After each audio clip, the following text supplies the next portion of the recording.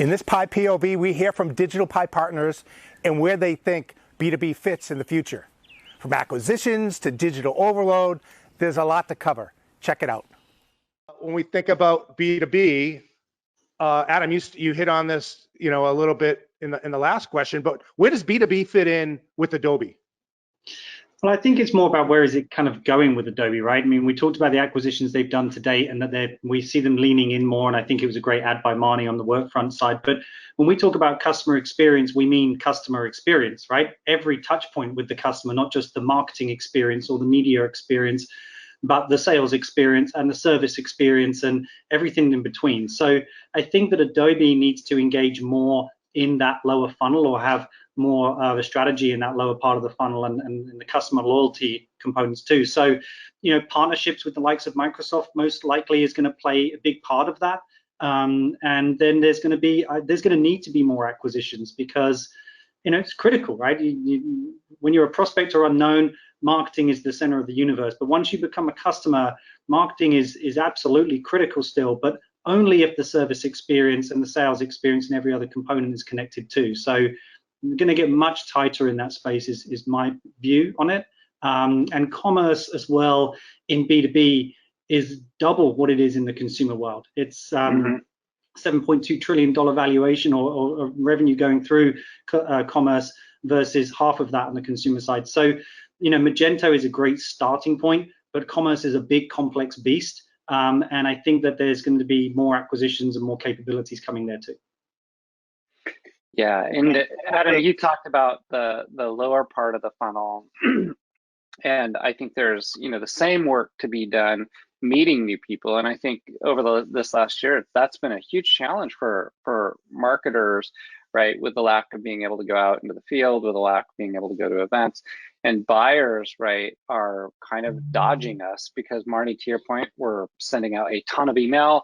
We have our SDRs on full alert, making all those outbound phone calls, right? And so buyers are kind of, really good now. Everybody's working from home at dodging us and doing their own kind of primary research, forming their own opinions, sometimes with your help, sometimes without your help. So how do we engage in that aspect of the buyer experience to set us up for success? After, right, we meet people that are interested in our solutions and bring them through the right experience there. So I think that's the other challenge. Chris, I'm sorry, I think I interrupted you.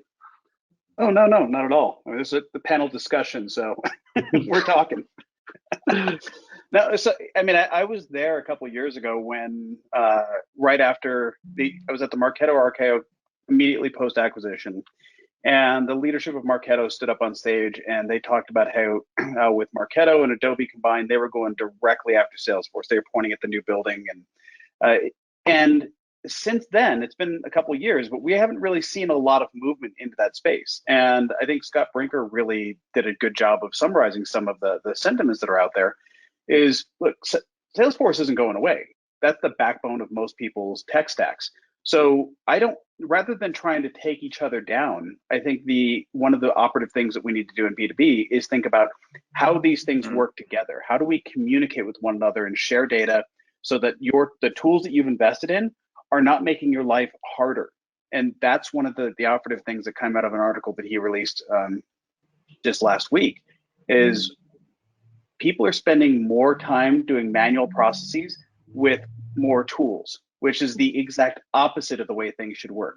So from the B2B perspective, how do we bring some of these things together so that the tools you're investing in are working together to make your life easier?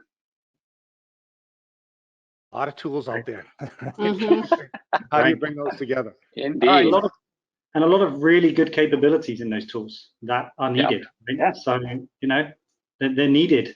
They wouldn't exist if they were not needed. It's clear to see that automation and technology are the core of B2B today and will continue to be as companies join forces and scale. What's your point of view? Love to hear about it at hello@digitalpi.com.